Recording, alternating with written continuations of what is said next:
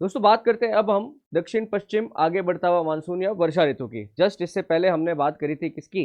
हमने बात करी थी शीत ऋतु की, ग्रीष्म ऋतु की, और ग्रीष्म ऋतु के जस्ट बाद जो हमारा आगमन होता है वो मानसून का आगमन होता है। ठीक है, तो देखिए अभी आपने जब ग्रीष्म ऋतु पढ़ी थी तो आपने उसमें ये चीज़ देखी थी कि हमारा जो भारत है ना, भारत के मैदानी भागों पर ये 0 डिग्री है। भारत के मैदानी भागों पर अत्यधिक गर्मी के कारण एक लो प्रेशर का क्षेत्र बनता है जिसको अपन ITCZ कहते हैं, है ना। और इसी समय अगर अपन उल्टी बात करें, मतलब दक्षिणी गोलार्ध की बात करें, साउदर्न हेमिस्फीयर की बात करें, एट दैट मोमेंट यहाँ पर क्या सर्दी पड़ रही है, ठंडक पड़ रही है, इस वजह से यहाँ पर बना हुआ है हाई प्रेशर। और आप ये जानते हैं कि विंड्स हमेशा जो है हाई प्रेशर से लो प्रेशर की तरफ भागती है ना। तो क्या होगा कि ये साउदर्न हेमिस्फीयर से विंड्स जो है ये कहाँ चलना शुरू कर देंगी, इनको लो प्रेशर यानी कि 0 डिग्री के पास मतलब ITCZ के पास में जाना है ना, हाई से लो की तरफ। अब इस बीच में क्या होता है कि जब ये 0 डिग्री के पास में पहुंचती है, अब आप ये तो आपको चल चुका है कि 0 डिग्री के आसपास क्या है, ट्रॉपिक होता है, ट्रॉपिकल जोन, या जिसको अपन उष्ण कटिबंध कहते हैं। और उष्ण कटिबंध तो साल भर गर्म रहता है ना। तो क्या होता है, अत्यधिक गर्मी के कारण यहाँ पर पानी का वाष्पीकरण हो रहा है, और इस वाष्पीकरण के कारण जो है ये जो हवाएं हैं ये अपने साथ बड़े बादलों का निर्माण कर लेती हैं, है ना। और इन बड़े बादलों को मानसून कहा जाता है। अगर आप ध्यान से देखें तो भारत के नीचे यहाँ पर कोई भी लैंड मास नहीं है। आप देखो यहाँ पे कोई भी बड़ा लैंड मास हमारे पास नहीं है। लैंड मास समझते हो ना, भूमि का टुकड़ा नहीं है, यहाँ पर सिर्फ पानी है ना। तो इस वजह से क्या है कि ये जो बड़ा मानसून बना है, ये जो बड़े बड़े बादल बने हैं, इनको बरसने के लिए कोई जमीन ही नहीं मिलती है। अब या तो ये बादल आपस में टकराए और समुद्रों के ऊपर वर्षा कर दे, बट वो बहुत कम होती है। तो ये सीधा आगे बढ़ते रहते हैं। अब जैसे ये 0 डिग्री को पार करते हैं, है ना, अब देखो 0 डिग्री को इन्होंने पार कर लिया तो एरो ऐसा बनेगा। अब आप याद करो कोरोलियस फोर्स, है ना, फेरेल का नियम, उसमें क्या बात हुई थी हमारे कि कोरोलियस बल के कारण नॉर्दर्न हेमिस्फीयर में जो हमारी विंड्स है वो हमेशा कैसे घूमती है, क्लॉकवाइज घूमती है। क्लॉकवाइज हमेशा इस डायरेक्शन में होगा। जैसे मान लो 12 बजी हुई है, 1, 11, क्लॉकवाइज घुमाना है तो इसको किस तरफ घुमाओ, एक की तरफ घुमाना पड़ेगा ना। यानी एरो आना तो चाह रहा है सीधा, पवने आना तो चाहती है सीधी, बट इनका जो रिजल्टेंट बनेगा, रिजल्टेंट मतलब फाइनली इनका डायरेक्शन ऐसा होगा, ये डायरेक्शन होगा। अब ये डायरेक्शन क्या इंडिकेट करता है, आप देखो ऐसा डायरेक्शन है। इसको आपको डायरेक्शन अगर इसका फाइंड आउट करना है तो आप क्या करो, ऐसा बना दो, ये नॉर्थ, साउथ, ईस्ट, वेस्ट, है ना। अब देखो ये पवन कहाँ से आ रही है, साउथ वेस्ट से। ये टेल है इसकी, ये क्या है, टेल, पूंछ। ये क्या है, हेड, सर। तो देखो ये आ कहां से रही है, साउथ वेस्ट से आ रही है, दक्षिण पश्चिम से आ रही है। जा कहां रही है, नॉर्थ ईस्ट की तरफ जा रही है, नॉर्थ ईस्ट की तरफ जा रही है। तो जहां से पवने आती है ना, वो डायरेक्शन पहले लिखा जाता है। तो ये आ कहां से रही है, साउथ वेस्ट से आ रही है, दक्षिण पश्चिम से आ रही है, इसलिए हमारे मानसून का नाम क्या है, दक्षिण पश्चिम आगे बढ़ता हुआ मानसून। अब ये मानसून क्या करता है, आप देखो ये मानसून जो आ रहा है ये सीधा डेट फिक्स है इसकी, है ना, 1 जून को, जून 1 को ये केरल के मालाबार कोस्ट से टकराता है। केरल का जो मालाबार कोस्ट है ना, जहां पर पश्चिमी घाट है, वेस्टर्न घाट है, काफी ऊंचा है, वहां से ये टकराता है। अब देखो इस मानसून को इतने समय तक बरसने का मौका नहीं मिला था, टकराते ये मानसून जबरदस्त तरीके से बरसता है। बात समझ रहे? तो मानसून आने वाले 10-15 दिन में, 1 जून से लेकर 15 जून तक भारी वर्षा करता है, हैवी रेनफॉल करता है। कहां पर, ये जो पूरा वेस्टर्न घाट का सेक्शन है ना, इस वेस्टर्न घाट के अंदर आने वाले 10-15 दिन तक भारी वर्षा करेगा ये मानसून। जो हमारा कौन सा मानसून है, ये हमारा दक्षिण पश्चिम आगे बढ़ता हुआ मानसून है, आगे बढ़ता हुआ मानसून है ना। तो आने वाले 10-15 दिन तक अच्छी वर्षा करेगा। अच्छा, मॉनसून जो है ये अरबी भाषा का शब्द है बेसिकली, है ना, जिसका अर्थ होता है कि वो हवाएं जिनसे बारिश होगी। तो 1 जून को आप देखिए मानसून कहां पर टकराया, है ना। मानसून का आगमन, मानसून का आगमन यानी कि अराइवल, अराइवल ऑफ मानसून कब होता है हमारे यहाँ पर, जून 1, 1 जून को है ना। और कहां पर कभी आपसे पूछ ले कि मानसून सबसे पहले कहां पर पहुंचता है, वेयर इट हिट्स, तो आप लिखेंगे Malabar coast, Malabar coast of Kerala, है ना। तो सबसे पहले मानसून कहाँ टकराता है, केरल के मालाबार तट से टकराता है, और इसकी डेट भी फिक्स है कितनी, 1 जून। ठीक है, फिर आप देखिए मैंने जैसा कि बोला कि आने वाले कुछ दिनों तक मानसून यहाँ पे बहुत अच्छी बारिश करेगा, 10-15 दिन तक खूब हैवी रेनफॉल होगा। तो ये घटना कहलाती है burst of monsoon, burst of monsoon, है ना। मानसून का प्रस्फुटन, मानसून प्रस्फुटन क्या है कि जब मानसून केरल के मालाबार तट से टकराता है तो आने वाले कुछ दिनों तक हैवी रेनफॉल करता है, अच्छी बारिश करता है। इस घटना को मानसून का प्रस्फुटन कहा जाता है। धीरे धीरे आप देखो जून महीना आगे बढ़ता है, 15, 20, 25 जून, धीरे धीरे क्या होता है कि ये मानसून भी जो है ना, ये वेस्टर्न घाट के सहारे सहारे आगे बढ़ने लगता है। ठीक है, धीरे धीरे ये आगे बढ़ता है। अच्छा, ये इधर तो जा ही रहा है, इधर भी जाएगा, है ना, इस तरफ भी जाता है, बे ऑफ बंगाल में भी जाता है, इस तरीके से। तो बेसिकली क्या होता है कि ऑलमोस्ट आप समझिए कि 25 जून के आसपास, 25th ऑफ जून, ये अरब सागर से होता हुआ मानसून जो है ये राजस्थान में अरावली माउंटेन रेंज है। राजस्थान में कौन सी पर्वतमाला है, अरावली पर्वतमाला, इसके साउदर्न पार्ट से टकराता है, इसके दक्षिणी भाग से टकराता है यहाँ पे। अच्छा, बीच में यहाँ पर आपको पता हो तो यहाँ पर विंध्याचल है ना, विंध्याचल के जस्ट नीचे यहाँ पर सतपुड़ा है। तो मानसून की कुछ शाखाएं जो है इधर भी एंटर करती है इधर, और एमपी के अंदर, महाराष्ट्र के, गोवा के, कर्नाटक के जो कोस्टल एरियाज है वहां पर ये अच्छी बारिश करता है। धीरे धीरे क्या होता है, मानसून की 2 ब्रांचेज हो जाती है। एक ब्रांच तो जो है ये अरब सागर के रास्ते आगे बढ़ रही है, दूसरी ब्रांच कहाँ चली गई है, दूसरी ब्रांच बे ऑफ बंगाल की तरफ चली गई है। अरब सागर वाली जो शाखा है, जो ब्रांच है मानसून की, वो हमारे लिए ज़्यादा फायदेमंद है। अगर कभी आपसे पूछ ले कि भारत में मानसून की कौन सी शाखा से ज़्यादा बारिश होती है, तो आप हमेशा बोलोगे क्या, अरब सागर शाखा से ज़्यादा बारिश होती है ना। That India gets its maximum rainfall from which branch of monsoon, तो आप बोलोगे अरेबियन सी ब्रांच, है ना। ये ब्रांच क्या है, राजस्थान के साउदर्न पार्ट में तो बारिश कर देती है, बट आप देखो अरावली का भी जो डायरेक्शन है, अरावली का जो डायरेक्शन है आपको बिल्कुल मानसून वाली लाइन में नहीं दिख रहा है। मतलब अरावली का भी डायरेक्शन कहाँ है, साउथ वेस्ट से नॉर्थ ईस्ट, जो हमारे मानसून का डायरेक्शन है, मतलब एकदम पैरेलल टू द मानसून है। इस वजह से राजस्थान का जो ये वेस्टर्न पार्ट है, ये वेस्टर्न पार्ट जो है ये वाला, ये सूखा रह जाता है। क्यों सूखा रह जाता है, एक तो कोई बड़ी माउंटेन रेंज यहाँ है नहीं, दूसरा जो अरावली माउंटेन रेंज है वो मानसून के पैरेलल है, तो राजस्थान के पश्चिमी भाग में मानसून बिना बरसे यहाँ से गुजर जाता है। ठीक है, आगे चल के आगे जब पहुँचता है यहाँ पे हिमालय माउंटेन रेंज आ जाता है, इधर हिमालय आ जाता है, तो हिमालय से टकरा के ये हिमालय के जो राज्य है, जैसे जम्मू हो गया, इस तरफ आप जाओ, हिमाचल हो गया, उत्तराखंड हो गया, पंजाब, दिल्ली, यहाँ पे खूब अच्छी बारिश करता है। ये सब अरेबियन सी से होता है। ऑलमोस्ट आप समझें कि जुलाई फर्स्ट वीक में, है ना, जुलाई मतलब शुरुआत में या जून एंडिंग में, जून एंडिंग जुलाई फर्स्ट वीक, है ना, मानसून की जो बे ऑफ बंगाल वाली ब्रांच है ना वो एक्टिव होती है। मानसून की बे ऑफ बंगाल वाली ब्रांच जो है थोड़ा लेट एक्टिव होती है, ऑलमोस्ट जून एंडिंग जुलाई फर्स्ट वीक में, और ये एंटर करती है उड़ीसा से।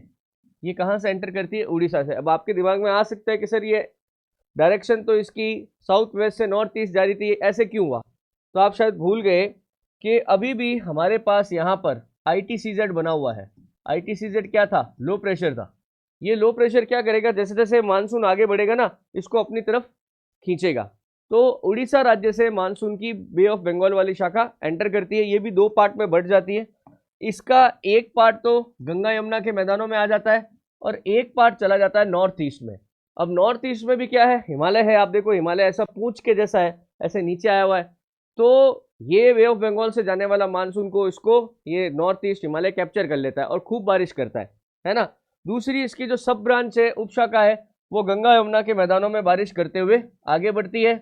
ऑलमोस्ट अगस्त महीना आ जाता है जब ये अरावली पर्वतमाला तक पहुंचती है, और ईस्टर्न राजस्थान में इससे खूब बारिश होती है ना। तो आप देख सकते हैं कि मानसून की क्लियरली 2 शाखाएं हैं, है ना। साउथ वेस्ट मानसून जो है इसकी 2 ब्रांचेज है। एक ब्रांच कौन सी है, अरब सागर शाखा, अरब सागर शाखा, जो कि सबसे शुरुआत के अंदर जो मानसून आता है, वो बारिशें जो होती है वो इसी मानसून ब्रांच के कारण होती है। सेकंड नंबर जो हमने करी वो कौन सी है, वो है बंगाल की खाड़ी शाखा, बंगाल की खाड़ी शाखा, और ये किसके कारण होती है, ये लेटर जो हमारे पास जो अगस्त और सितंबर के महीनों में बारिशें होती है वो बे ऑफ बंगाल ब्रांच के कारण होती है। ओके, अगर आपसे कभी पूछ लिया जाए कि भारत में वर्षा का वार्षिक औसत, वर्षा का वार्षिक औसत, ठीक है, या फिर इसको क्या कह सकते हैं अपन, average annual rainfall in India, तो इसका आंसर देखो है 118 सेंटीमीटर। ठीक है, पहले 125 सेंटीमीटर था, बट हमारे यहाँ पे मानसून की जो वार्षिक वर्षा होती है एक साल में औसतन कितनी बारिश होती है, एवरेज कितनी बारिश होती है, उसमें थोड़ी कमी आई है। तो अब ये आंकड़ा याद रखना अब आपके, अब हमारे यहाँ पे मानसून का वार्षिक औसत या वर्षा का वार्षिक औसत कितना है, 118 सेंटीमीटर है। ओके, तो देखो ऑलमोस्ट क्या होता है कि सितंबर मंथ के एंड तक मानसून को भारत में जहां जहां भी पहुंचना है वो सब जगह पहुंच जाता है, सितंबर एंडिंग तक ये पहुंच जाता है। साथ ही साथ क्या होता है, आप वो मेरा एक डायग्राम याद करो, मैंने एक डायग्राम बनाया था, मैंने आपसे कहा था कि जैसे अर्थ जो है सन के अराउंड जब रोटेट करती है इस तरीके से, है ना, तो मैंने आपको बताया था कि ये ट्रॉपिक ऑफ कैंसर पे सनलाइट डायरेक्ट पड़ेगी तो 21 जून होगा, ये 0 डिग्री पे बिल्कुल सीधी पड़ेगी 23 सितंबर होगा, है ना। आप ये ट्रॉपिक ऑफ कैप्रिकॉर्न है मकर रेखा पर बढ़ेगी तो उस दिन 22 दिसंबर होगा, है ना। तो आप ध्यान से देखो, तो मैं कह रहा हूं कि सितंबर महीने तक मानसून को जहां जहां पहुंचना था वो पहुंच चुका है। आप देखो अर्थ ने भी अपनी पोजीशन चेंज कर ली है, अब वो इस तरफ जा रही है, यानी कि जो सनलाइट है अब वो धीरे धीरे वापस किस तरफ शिफ्ट हो रही है, साउदर्न हेमिस्फीयर की तरफ शिफ्ट हो रही है, दक्षिणी गोलार्ध की तरफ शिफ्ट हो रही है। देखो दिसंबर आते आते दक्षिणी गोलार्ध बिल्कुल सूर्य के सामने आ जाएगा।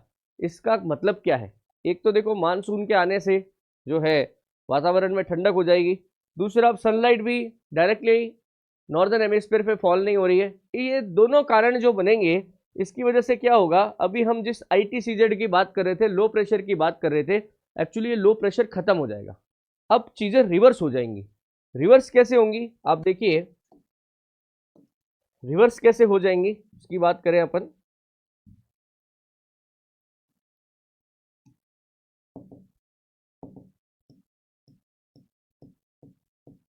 हाँ, देखिए रिवर्स से मेरा मतलब है कि अभी तक क्या था, नॉर्दर्न हेमिस्फीयर में गर्मी पड़ रही थी और साउदर्न हेमिस्फीयर में अभी सर्दी पड़ रही थी, बट अब क्या होगा, अब आप देखेंगे, हाँ ये 0 डिग्री हमारा, अब देखिए क्या होगा कि जैसे जैसे अक्टूबर नवंबर ये महीने आएंगे तो भारत के उत्तर के अंदर ये जो आप देख पा रहे होंगे कि जो हिमालय पर्वतमाला है ना, ऊपर यहाँ पर तिब्बत का पठार है या हिंदू कुश पर्वतमाला है, ऊंचे इलाके हैं मतलब हाई है, इसकी वजह से क्या होगा यहाँ पे अच्छी खासी सर्दी पड़ेगी, है ना। और बहुत जल्दी अक्टूबर नवंबर में यहाँ पे स्नोफॉल शुरू हो जाती है, कहाँ की बात कर रहा हूँ मैं, कश्मीर की बात कर रहा हूँ, पीर पंजाल की पहाड़ियों की बात कर रहा हूँ, यहाँ पे स्नोफॉल शुरू हो जाएगी। स्नोफॉल शुरू होने का मतलब ही क्या है कि इस पर्टिकुलर एरिया में कैसा प्रेशर बनेगा, हाई प्रेशर। दूसरा आप देखिए, अभी जो मैंने एक डायग्राम बनाया था कि अर्थ ने अपनी पोजीशन भी चेंज कर लिया, अब ये देखो अक्टूबर नवंबर में ऑलमोस्ट अर्थ यहाँ पर होगी अक्टूबर नवंबर में, यानी कि सनलाइट जो है साउदर्न हेमिस्फीयर पे सीधी पड़ रही है, जबकि नॉर्दर्न हेमिस्फीयर पर अब सनलाइट सीधी नहीं पड़ रही है। इसका मतलब क्या है, साउदर्न हेमिस्फीयर जिस पर सनलाइट अभी डायरेक्ट पड़ रही है वहां पर अब गर्मी होगी, और गर्मी के कारण यहाँ पर कैसा प्रेशर बनेगा, गर्मी के कारण बनेगा लो प्रेशर। अब देखो हाई प्रेशर अब कहां पर है, हमारे हिमालय क्षेत्र पर है, लो प्रेशर अब कहां पर है, हमारे हिंद महासागर पर है, दक्षिणी हिंद महासागर साउदर्न इंडियन ओशन पर है। तो अब देखो मानसून जहां से आया था ना वापस वहीं जा रहा है, किस तरफ जाना है इसको, अब इसको जाना है इस लो प्रेशर की तरफ जाना है। अब वही वाला कोरोलियस का नियम अपन अप्लाई करो, नॉर्दर्न हेमिस्फीयर यानी उत्तरी गोलार्ध की पवन है, मान लो ये 6 ये 5 और ये 7 बजे, नॉर्दर्न हेमिस्फीयर की जो पवन है हमेशा कैसी घूमती है, क्लॉकवाइज घूमती है, इसको क्लॉकवाइज घुमाना है तो इस तरफ घुमाना पड़ेगा, है ना, यानी कि ये फाइनल एरो कैसा बनेगा, ये फाइनल एरो ऐसा बनेगा, ऐसा बनेगा कि नहीं बनेगा, इस तरफ घुमाऊंगा जब तो, ठीक है। अब इसकी डायरेक्शन आप पता करो, इसकी डायरेक्शन पता करो, ये देखो नॉर्थ साउथ ईस्ट वेस्ट, उत्तर दक्षिण पूरब और पश्चिम, वही वाली बात, पहले टेल लिखा जाता है, टेल देखो टेल कहाँ पे है, नॉर्थ ईस्ट में, इसीलिए इनको हम कहते हैं उत्तर पूर्वी। अब देखो मानसून आया कहां से था, साउदर्न हेमिस्फीयर से आया था, अब वापस जा कहाँ रहा है, साउदर्न हेमिस्फीयर की तरफ जा रहा है, जहां से आया था वहीं जा रहा है, तो इसको अपन कहते हैं उत्तर पूर्वी लौटता हुआ मानसून।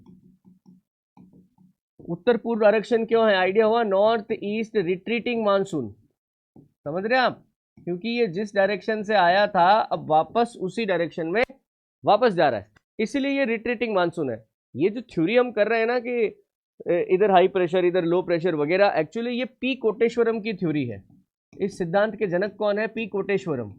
पी कोटेश्वरम ने ये सिद्धांत दिया था कि इस तरह से जब सीजन चेंज होता है तो प्रेशर के चेंज आते हैं, उस वजह से ये एयर का जो मूवमेंट है ये चेंज होता है ना। तो आप ध्यान रखना कि ये पी कोटेश्वरम का सिद्धांत है। ओके, तो आप देखिए नॉर्थ वेस्ट मानसून जो है इसने जाना शुरू कर दिया है। अब कहां से, इंडियन सब कॉन्टिनेंट से southern hemisphere southern Indian ocean की तरफ मानसून अब कहां से कहां जा रहा है, मानसून अब भारतीय उपमहाद्वीप से दक्षिणी हिंद महासागर की ओर जा रहा है ना। तो आप देखते हैं कि भारत में इस समय क्या होता है।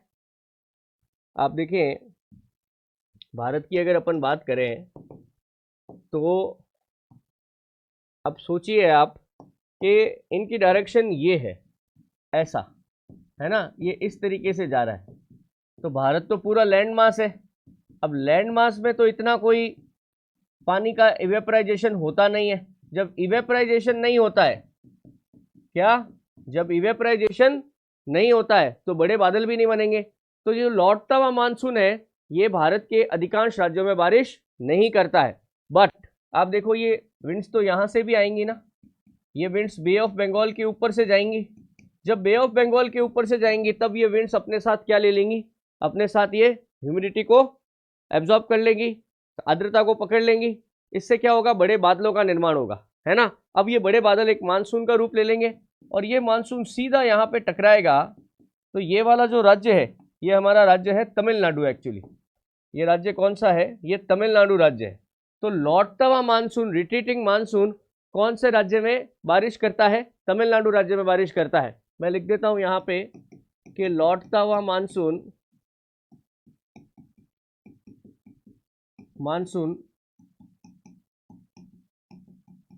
तमिलनाडु राज्य में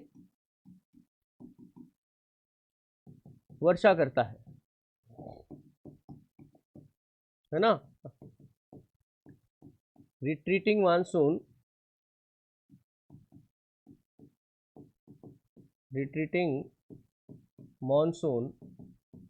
रेन्स इन तमिलनाडु। अच्छा क्वेश्चन है कि लौटता हुआ मानसून कौन से राज्य में सर्वाधिक वर्षा करता है, तो आपका आंसर होगा क्या, तमिलनाडु। और आप इसका कारण भी समझ गए होंगे, है ना। अब समझो आप कोरोलियस बल कितना इंपॉर्टेंट है, फेरेल का नियम कितना इंपॉर्टेंट है, जो हमने पहले कर लिया है, ठीक है। अब एक चीज होती है इस पर्टिकुलर जो हम ये जो ऋतु पढ़ रहे थे ना, ये भी ये नॉर्थ और ईस्ट रिट्रीटिंग मानसून, जिसके मंथ अगर अपन देखें, इसके जो मंथ है ये है अक्टूबर और नवंबर। इसके मंथ कौन कौन से हैं, अक्टूबर और नवंबर। अक्टूबर और नवंबर मंथ के अंदर हमारी ये जो है सीजन चल रही है। इसको शरद ऋतु भी कहा जाता है, शरद ऋतु, है ना। इंग्लिश में कहें तो इसको कहते हैं ऑटम। अब इसको ये क्यों कहते हैं आप, इसका भी एक कारण है। देखिए अक्टूबर नवंबर महीनों में आपको पता है तो एक बड़ा त्यौहार आता है, दिवाली आता है ना, दीपावली, दिवाली। तो आपने देखा होगा कि जब दिवाली का समय आता है, आप सुबह सुबह उठिए, सुबह 5 बजे करीबन 6 बजे, तो 7 बजे भी आप उठे तो सुबह सुबह के वातावरण में हल्की ठंडक होती है, सर्दी लगती है आपको। बट जैसे जैसे 12-1 बजती है वैसे वैसे क्या गर्मी वापस हो जाती है, टेम्परेचर 30 डिग्री 32 डिग्री यहाँ तक पहुँच जाता है, और सुबह सुबह का टेम्परेचर 10-15 डिग्री सेल्सियस होता है।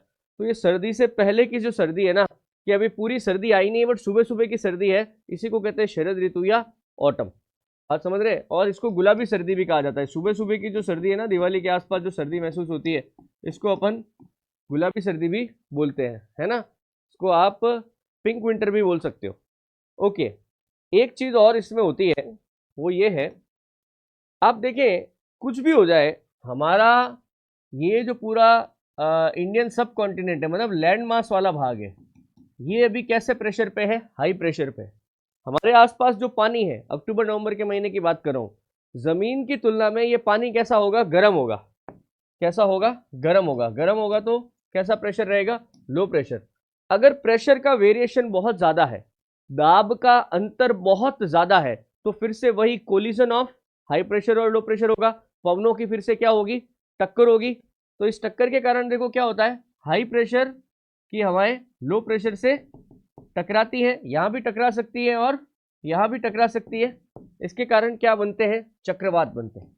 इसके कारण क्या बनते हैं? चक्रवात बनते हैं, साइक्लोन्स बनते हैं। समझ रहे आप? कभी भी आपसे पूछ ले कि कौन सी ऋतु में चक्रवात आने की संभावना सबसे ज्यादा है, तो आप बोलेंगे कि that north east retreating monsoon में ये संभावना सबसे ज्यादा है। That which season has the highest possibility of cyclones, तो आप बोलेंगे नॉर्थ ईस्ट रिट्रीटिंग मानसून। अच्छा, एक और इसमें आप क्वेश्चन और कर सकते हैं कि चक्रवातों से सर्वाधिक प्रभावित राज्य चक्रवातों से सर्वाधिक प्रभावित राज्य, मोस्ट साइक्लोन अफेक्टेड